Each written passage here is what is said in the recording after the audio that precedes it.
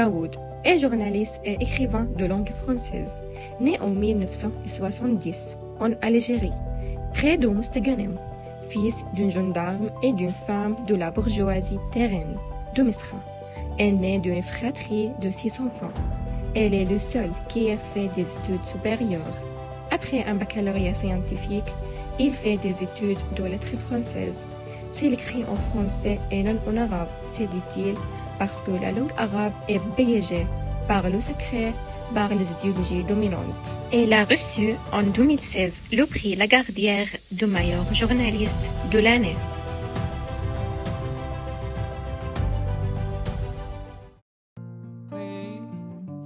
Comment une femme muette de 26 ans peut-elle parler autant sans reprendre son souffle?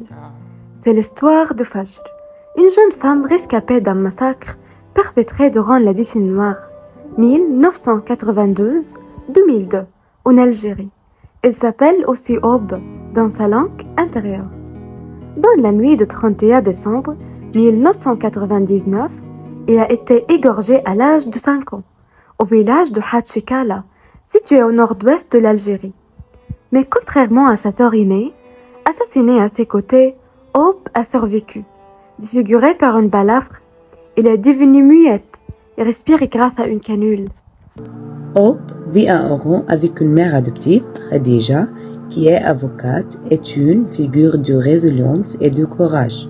Même si elle a été abandonnée à la naissance devant une mosquée en 1962. Elle recueille Aube après le massacre et consacre sa vie à l'aider à surmonter son traumatisme et retrouver sa voix. Ignorant l'histoire qui s'écrit dans le ventre d'Aube, elle fait tout son possible et est partie à la recherche de remèdes médicaux pour lui redonner la voix, comme si elle voulait réinventer pour elle la langue maternelle. Et 20 ans après les événements, enceinte par accident et souhaitant avorter, Aube s'adresse au fœtus qui la porte, qu'elle présume être en fille, et nomme Ori, pour lui raconter à sa façon les horaires de la décennie noire algérienne, dans un pays où tous ne reconnaissent pas leur plein droit aux femmes. Avorter lui semble être le plus beau cadeau à faire à sa fille. Selon elle, privée d'avenir avant même de naître, Aube est à un carrefour de sa vie. Dans une seconde partie, il se lance sur les routes, à la recherche du village de son enfance, rebaptisé l'endroit mort. Cette route est autant géographique qu'au mémoriel, où tout est symbole, où tout est signe, où tout est mémoire. Une année plus tard, sur un planche de rang, Aube dilue miraculeusement sa tragédie. Il a accouché et retrouvé sa voix. Après le voyage périlleux à Hatchikala, il allait sa fille, en compagnie de sa mère, et lui donne le nom de Kaltoum, en hommage à la chanteuse égyptienne, afin que sa fille devienne la voix qu'il a perdue.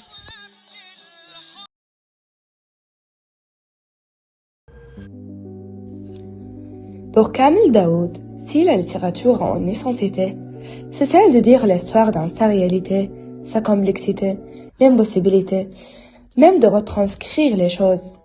Houri explore la condition féminine en Algérie, c'est un hymne à la féminité, à la liberté et au courage de ces femmes qui résistent, comme ces jeunes filles traînées par les chevaux parce que trop apprêtées, trop maquillées et dans les affaires intimes, bas, jupes, talons hauts, rouges à lèvres, sont balancées du haut du 4e étage de leur immeuble sur le trottoir, mettant en lumière la violence et la misogynie infligées aux femmes, réduites au silence et privées de leurs droits, à travers la rencontre d'Aube et d'Issa, le roman met en lumière les blessures d'une société algérienne traumatisée, forcée de taire ses souffrances et ses peines, d'être accusée, d'instrumentaliser la tragédie nationale, comme le stipule la Charte pour la paix et la réconciliation nationale de 2005.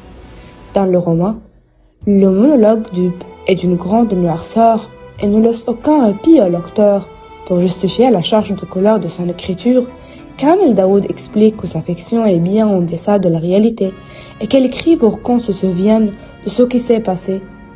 Philosophiquement, ce monologue rappelle le concept de l'amour fataliste, tel que décrit par Friedrich Nietzsche, où l'amour véritable prend conscience de ses propres limitations et se manifeste par des choix de Laurent pour préserver l'autre de la souffrance, Hope incarne cette pensée en désirant ardemment protéger son enfant, même si cela signifie lui refuser la vie. Ce choix, loin d'être anodin, révèle une profondeur de sacrifice, où Hope souhaite léparer son enfant de la douleur qu'elle-même endure. Car ici, ce n'est pas un endroit pour toi, c'est un couloir d'épines que de vivre pour une femme dans ce pays. Je te tuerai par amour et te ferai disparaître en direction du paradis et de ces arbres gigantesques.